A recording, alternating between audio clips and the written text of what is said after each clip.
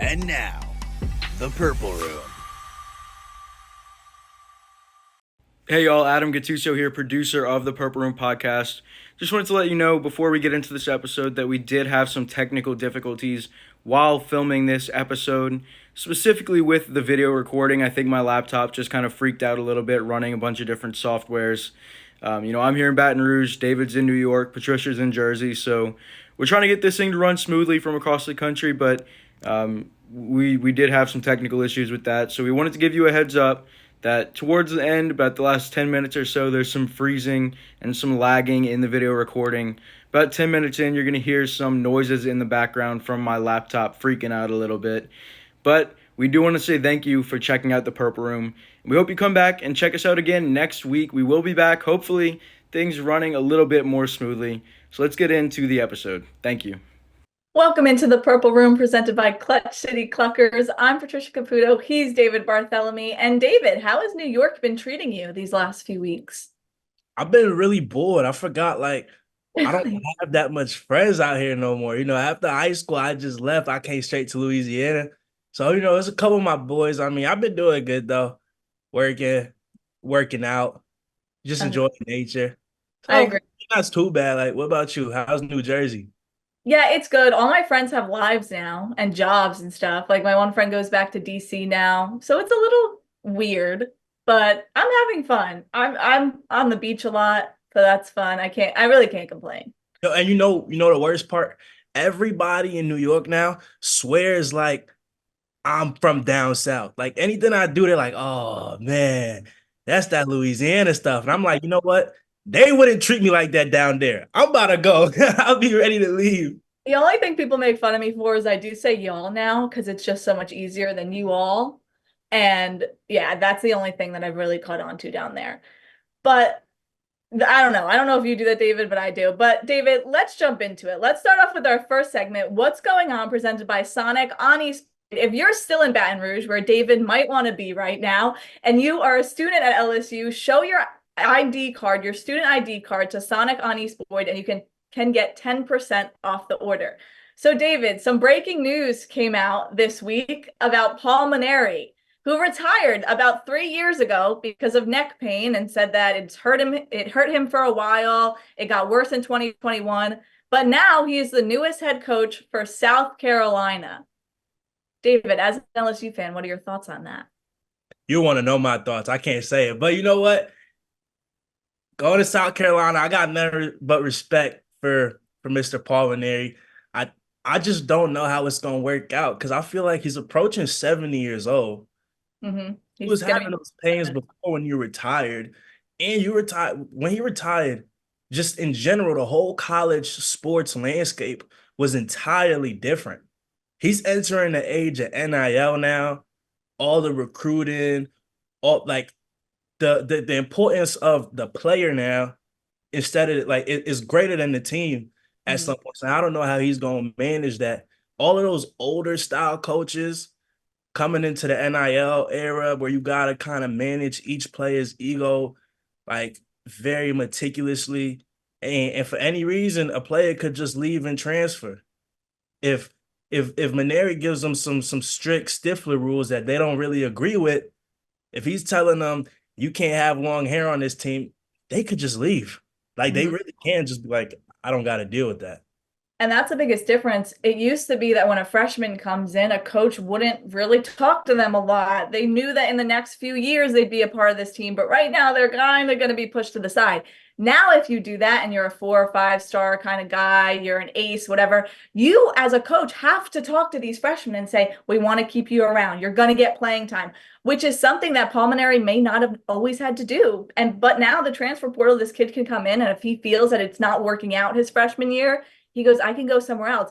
And now with NIL involved in it, if you're a freshman, you're not starting, the likelihood is you're not getting the NIL money you might think that you deserve or want. And then you're going to leave and go to a different school and say, where can I get the most NIL money? Where can I start to get an opportunity to get money? And that's something that Paul Mainieri is going to have to factor in. So do you think that he can transition into that role, which Jay Johnson has had to do, which all coaches right now in college have had to do? at that age. Again, he's going to be 67 in August, David. So do you think that you've made your decision that this is going to be way too tough for him to do? Well, I'm not gonna go out like this early and say that'll be too tough for him to do, but it's definitely gonna be a learning curve. A good thing that is probably gonna alleviate a lot of pressure is that he's getting one of his former assistant coaches that was already at South Carolina is staying. He has a good assistant coaching staff. They got a new head of player development guy coming in from University of Virginia, I'm pretty sure. So there's a lot of pieces around Mainieri to alleviate all that pressure so he can just focus on the baseball aspect of it all. And he does have an accomplished resume. You're not going there to a coach that's never been in the spotlight. He knows what to do. He's going to have that fan base fired up. And if he has the South Carolina fans behind him, he has the organization on the same page with what he wants to do and what he wants to accomplish there, then I think he can definitely do it. He is getting a little older, so that's just why I'm like, was this the move to, you fire your younger coach. You guys went 37-25. They ended off the season with like a 9-game losing streak, and they lost to us, But like you let go of your younger coach who was like in his 50s to get a coach who's almost at 70. Mm-hmm. And it's not like, he was retired. He was a part of the team, moving around a little bit. But, some coaches, they stay really, really active after they're done with stuff. They stay really fit. Is like he going to have to start hitting the treadmill a little bit, get warmed up again. I'm excited, though. I'm excited to see how – I think this is like our first example of an older coach like entering the NIL era. Nick Saban got out of here quick when he seen that he couldn't do what he used to do. And there's not really any other like old style coaches out there who's still coaching. So this is going to be exciting, definitely. And we mentioned it a little bit, but even just the way players act and the way they dress and present themselves on social media, like Tommy White, he has tattoos and comes out with the chains and everyone loves like the 3 huge chains that he wears and the long hair, which like you mentioned, David, wasn't something that's always around.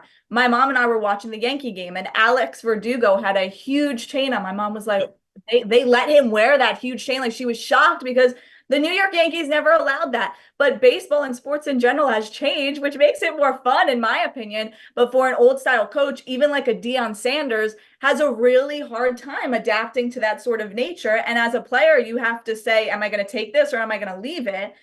And can I win with somebody like this, which some may think that they can't express themselves with a coach like this?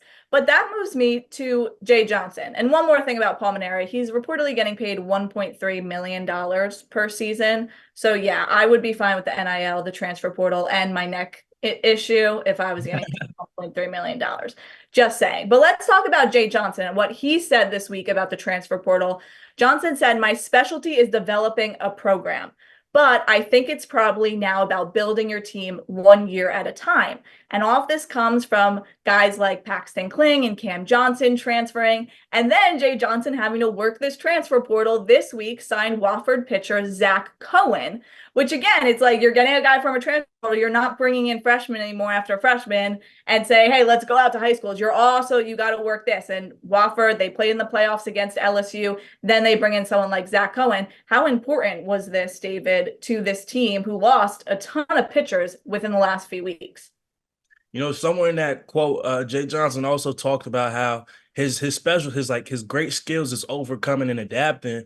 And that's so true because without even any time to blink, LSU's already back in the portal, getting top guys from across the nation. And to kind of bring it back a little bit to what the Mainieri thing, I'm really concerned about his age, but not only that, but in this age of sports, it's about what can you do for the player in 1 year? Because you don't got these guys that are going to get penalized for transferring anymore. They're not going to have to sit out for an entire season if they leave your organization. So if they don't see themselves if they don't see themselves with the program, being a leader in the program, they can leave instantly. Even if you got plans for them 2 years down the road, 3 years down the road, it ain't enough to just tell a recruit or somebody on your team to just keep working and be ready for when they get called up, because there's other teams that need them right now and can get them right now. And for a lot of players, that's enticing. If you're an athlete that wants to make it to the next level, the most important thing you got to do is get film. And if you're not getting film but you're risking it on maybe, oh yeah, maybe year 3, year 4, I finally become that weekend starter. Maybe I finally get to start on defense. If you're waiting that long, you don't know how much film you'll get. You don't know if it'll even be good. So a lot of guys, they want to take it right now. And Johnson is good at finding these players and putting them in the scheme and telling them what they can do in that 1 year. And after that 1 year, you can decide if you want to leave or not. LSU has a bunch of guys leaving, but they're getting a bunch of guys coming in who, you expect to be better than the guys that are leaving. And Johnson pitches them the same things. Like, look, in this 1 year, this is where you can be with LSU. And he has the resume to back it up. Look at all the guys going to the draft this year, all the guys going to the draft last year, his time before he came to LSU. He has the resume, he has the skill and experience. He knows how to deal with the individual player egos, which is what's really necessary right now in this day and age. Yeah, and that's exactly maybe something that he said to Zach Cohen, who went 10-2 this season. He pitched 6 strikeout innings. I know you don't want to hear it, David, but against LIU, Long Island University, when he pitched. And it seemed maybe watching a team like LSU and the chemistry that they had made Zach say, hey, I want to be a part of this out there in Baton Rouge. Also, Luis Hernandez from Indiana State transferred over to LSU as well. He's more of a power hitter, and then he also plays first base. So that makes it interesting for a guy like Jared Jones, which at first a lot of people are like, well, he could go to the MLB draft if he wants to. He could transfer if he wants to, or he can stay and see what he can do. But there's a lot of moving parts for this team. But a guy like Jay Johnson, like you said, David, seems to have this resume. When you've won a World Series already, and this is your, I believe, 4th year, it makes it a little easier to have these guys come in and say, hey, I can do a lot for you in a year. I did a lot for myself in a year as a head coach. Imagine what we can do if you come out here and we build this team. And right now, that's exactly what he's doing. I think he's doing a pretty good job. But David, my next question for you is, Jay Johnson was able to bring in a guy like Paul Skeens, an ace, a guy that without Paul Skeens, LSU likely would not have won a World Series. Just this week, Paul Skeens threw 103 pitches with no runs allowed against the Cardinals, and the Cardinals fans were tipping their hat to him, cheering for him. And just so you know, if you don't watch a lot of baseball, Paul Skeens plays for the Pirates. So my question to you, David, is if you're Paul Mainieri, who is now head coach of South Carolina, do you think he could bring in a guy like a Paul Skeens, like Jay Johnson did, right after he became the head coach for LSU? If they do their things in recruiting, if they do their due diligence, really lock in and watch a lot of film across the nation, then yeah, they can definitely find a guy. I mean, any coach could find a guy if you do a lot of research, a lot of recruiting. Coach Jay, he said multiple times that he's stuck in his office, basically. That's the only place where he's at. So you can find a guy. I mean, Paul Skeens is special, though. He's rare. You don't just stumble across that in every single college. You gotta be lucky to find a guy like him. And oh, by the way, for the Cardinals, give him a standing ovation. I'm a Paul Skeens fan, so I'm like, oh, that's nice. But that would never happen in Yankee Stadium. A standing ovation after he just what? But what I liked about that is that if you really love baseball like these Cardinals fans do, you appreciate the game and you appreciate the art of baseball. And that's what I feel like they were cheering for. The Pirates still won, but it was like you go out there, you're cheering for somebody who is just incredible. Like, I will admit, when I went to the Yankees game 2 years ago, Shohei was there. We were playing the Angels. If you're a Yankees fan, they were playing the Angels. And some people were cheering for Shohei at times. Now, there were a lot of Angels fans there that day. But you're right. It is definitely a different vibe with the bigger market teams, so to speak. But I think that it was just a beautiful type of moment that they could cheer for somebody like Paul Skeens just because of Skeens is cold with it too. He never looks up. He never tries to crack a smile. I'm telling you, it'd be so hard for me to not like soak in the moment if I was one of these top guys. Like, everybody's clapping, you would have seen a grin from my face. I'm like, Exactly. And the last thing I want to mention about Jay Johnson is he did mention something about how they have an exit that usually happens at the end of every season before the guys go home. And he mentioned something along the lines of that it kind of stinks when the exit meeting you had doesn't turn out the way it might be. And that might have been a nod to some of the transfers who maybe said different things to Jay Johnson, or at least made it seem that they were going to stick around for next season. So, David, how do you go about that as a coach? Again, with this transfer portal and everything that's happening, do you feel that loyalty has been lost a little bit?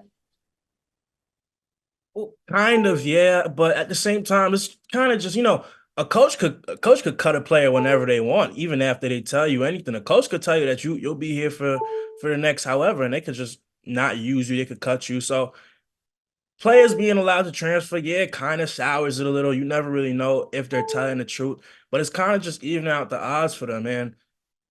Speaking about those like exit meetings, it's tough for the athletes. Every athlete thinks that they can contribute to the team, even if coach tells them, probably what they have to hear. You as an athlete, you thinking like, man, no, if you gave me more chances, I could have done this. If you put me in this situation, I could have done that for the team. If you let me do what I did in practice in the game, everybody always had an excuse. So you can't really do anything about guys leaving. It's gonna happen now in this day and age. And it's spot on to what he said. You can only build your team 1 year at a time now. You can't build your team with expectations for players in 2, 3, 4 years. You got 1 year to build it, and then next year is gonna look drastically different than the last. So if guys are leaving, other guys are gonna come in, and all you can do is focus on the pieces you got, and you can't really dwell on, whoever you lost. Now, it does suck that we've lost some guys that could have really helped. Cam Johnson's out, Adam Moffitt's out, a bunch of guys that could have done something for us. Paxton Kling, another year of development. He would have definitely been one of our better base runners, would have put together some really great at-bats. Sam Dutton, he came in, he helped relieve a couple games, but he got out of here. He thinks he could play better. But we do got some dogs coming here. We got Chandler Dorsey, Luis Hernandez, Trevor Schmidt, Daniel Harden, Connor Ware, Blaze Priester, Tanner Reeves, Zach Cohen, and a couple more guys, plus the 6 guys that Jay wants to come back. Not exactly sure. Griffin Herring, he can come back. It's already confirmed that he'd be a weekend starter. Johnson already said, yeah, he'd definitely be a weekend starter. Justin Lower could come back. Jared Jones could come back. I think Jared Jones should come back. Now he might go on and leave LSU, but he has the chance to make history, to become a historic hitter in this program if he decides to come back. Michael Braswell really stepped up when the team needed him. Another season would solidify a good draft pick for him, in my opinion. Josh Pearson has a chance to play with his brother if he comes back. John Pearson, who's in the 2025 class. I think that'd be pretty cool. Yeah, it's all things that I like to say you're just going to have to wait and see. And that kind of what makes it a little bit special. But David, let's move on to another league, the MLE. I know you don't want to hear it, but Major League Eating banned Joey Chestnut from 4th of July's Nathan's hot dog eating contest. And David, I know you were saying, oh, Joey Chestnut not loyal, but hear me out real quick. Because I was reading that Joey Chestnut found out from social media that he was banned from the Nathan's hot dog eating contest on 4th of July in Coney Island in New York. And he said that all of this happened because he signed, or he has an ongoing contract with Impossible Eaters or Impossible Eating, I believe. And he said, or at least what I was reading through via Fox, is that they said that the Impossible Eaters themselves created a vegan hot dog that Joey Chestnut never vouched for or said anything about. But because he had this contract, Major League Eating and Nathan's Hot Dogs banned him. And this is sounding a lot like the NCAA to me, David. Like, oh, hey, you can't get this money. Your aunt can't give you this money. He didn't even promote the product, and he was banned. What are your thoughts, David? Listen, I was big on Joey Chestnut a couple weeks ago. That was my guy. But you can't do that. You're the face of this program. Well, you know what? They're trying to change the rules for him, to ban him. If I was Joey, this is what I would do. He's banned from the competition, right? So I would set up right outside. I'd still go to Coney Island and everything. I'd set up right outside, set my own table up, get my own 100-pack of hot dogs, and a lot of competitions going on. Joey Chestnut got to be doing it too. So even though he doesn't get, first place, he has to show them that, hell, there's only one GOAT at this. And think of this as Jordan left to go golf, play baseball. Dion left to go play baseball. Great athletes leave. They venture out from time to time. But Joey, I wish you was there, Joe. You disappointed me. I was getting ready to go to Coney Island, see the GOAT. But what gets me about this is that Kobayashi, who was his biggest competitor for years, retired from the game. He's a 6-time champion himself because he doesn't feel hungry anymore. He said at one point he went 3 days without eating. He can't smell food anymore. So he says it's just not enjoyable. But this could have been his year because Joey Chestnut has won 8 years in a row. But it does not stop there because on Labor Day, Joey Chestnut announced on Wednesday that on Labor Day, September 2nd, him and Kobayashi will be settling 15 years of unfinished beef, and they will be competing in a hot dog eating contest, all beef hot dogs, and they will be facing off. So Kobayashi is coming out of retirement, and Joey Chestnut will be a part of this, and they will have a hot dog eating contest, the two of them together. I feel bad for these guys, plumbers. These guys just eat all day. Just eat. And they throw it up. It's pretty gross. It's pretty but I mean, I guess again, the money that he's getting paid right now is quite impressive. It really is. It's disgusting. It is. I've said it before on the podcast, but it's an art. And it's a talent. I just don't think there's any sport like it. Because physically, think of all sports. Physically, you need to be in the best shape of your life, unless you're like Patrick Mahomes or Eli Manning. But other than that, you need to be in really good shape. The goal is actually not to be in good shape. The goal is to see how much food your stomach can handle. It's not abs. It's all like keeping the food down. Can't do it. Oh man, I cannot do that. Very crazy, but I won't be watching this year because it's disappointing that he won't be a part of it. I don't like the way they handled that. Like somebody called the NCAA because they got competition. All right, the NCAA. You know what you need to be watching? You know what you need to be watching? Baseball, cricket. Cricket, yeah. So unfortunately, the U.S. did lose to India. It was in Long Island too. Everything in Long Island just ends up in the L. I don't understand anymore, but we get to face Ireland. This is amazing. I love cricket now. And in just one more year, I'm telling you, the United States is gonna have the best cricket team on earth. I need to mark it down right now because we're gonna be the GOATs of this again. All right, David, you're getting a little crazy. I don't know if it'll be on earth. We'll see. Let's get into that. Was just what's going on, presented by Sonic on East Boyd. Let's get into our next segment, which is what's cooking. David, Keith Lee is in Baton Rouge, and if you don't know who Keith Lee is, he has 16.3 million followers on TikTok, and he goes around to different cities trying out food, typically mom and pop type shops.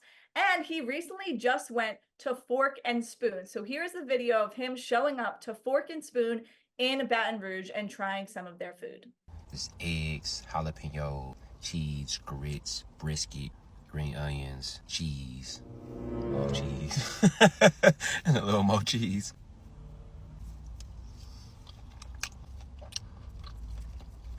That's good brisket. Season is there. It tastes like barbecue brisket. It's really charred. It's seasoned well. The same seasoning they put on that, I feel like they should put in them grits. In my opinion, this is really good brunch for a very, very, very good price. And it was $30 for that entire full thing. All right, David. So if you were talking to Keith Lee, maybe you can voice memo DM him like you usually do with every LSU baseball and softball team. But if you were to tell him where he should go to eat in Baton Rouge, what restaurant or eatery would you tell him to hit up? Well, okay, I'm not gonna lie, there's a confession. I really don't have any like super favorite like food spots in Baton Rouge. I don't even remember what I ate all year. I probably ate like Cane's most of the year. But I mean, he could try out the Chick-fil-A in the Union. They make their food different. But I don't know, probably like Rule's Deli. That's probably like my favorite place I go to just because it's close to me. I like Sheba Hut. I tried that before. Some nice sandwiches. Has he went to Small Sliders? We got to get that place shut down. I need him to go to Small Sliders. Oh my gosh. Because every time I get Smalls, after you have like, okay, number one, the sliders are good. It's so good. It's so tasty. But you feel like Joey Chestnut after the hot dog eating competition when you eat Smalls. Anything past 2 sliders, too much. Have told me this before, but I have never been there, and now I don't ever plan on going there. So thank you so much for letting me know. I was gonna agree with you. Yeah, Rules, I always get the shrimp pita, and I agree. It's just close to me. It makes it easy. It's right off campus. But I believe that the owner said that we'd love for him to come. He can try it out. They are always packed on game day, and usually they're out. I went 2 years ago when Alabama won My mom and I went. She was down, came to see the Alabama game. They said, we're all out of food. They're like, we only have onion rings. And I was like, I'll pass on the onion rings. But they were out. They were like, we literally got cleaned out. So I really like them. And they give you that authentic Louisiana vibe. So he should definitely go there. I wish that they was open longer. Cause Yeah. they close at like 8. By the time I'm getting home, it's like 8:30. I'm like, no, they closed. But I put them, they gave me a fan discount when I got in there. Like, yeah, loyalty brings a long way. I never transferred from the rules program. I never transferred since the day I committed. I was a hard commit. My friend called me a big back for that, but I said dedicated. You are. It's better. And it's better than chimes or walk-ons or something. Yeah. Oh, and it's that friendlier feel. I'm sorry, it is. He should really go there. I think he'd enjoy it. David, all right, we got No Sweat Bets presented by Southern Air. David, what do you got for us this week? I feel it hurts. It hurts a lot for me to come out and say this, but I don't think the Dallas Mavericks are gonna be 2024 NBA champions. So, with great dismay and great burden in my heart, do I have to say that I think Boston is going to take game 4. And it hurts. It sucks. I hate everything about Boston, but they're playing good ball. Luka just he's young in this spot, not playing the defense that everybody expects him to play, barking and chirping at the refs. There's a lot of, the team is talented, but it takes a different level of experience, I think, in the finals. And, the Celtics have already been there, and they're playing just a great they're playing a great unit of basketball in Boston right now. I think the Mavs can score, but defense is what's hurting them. A couple missed opportunities.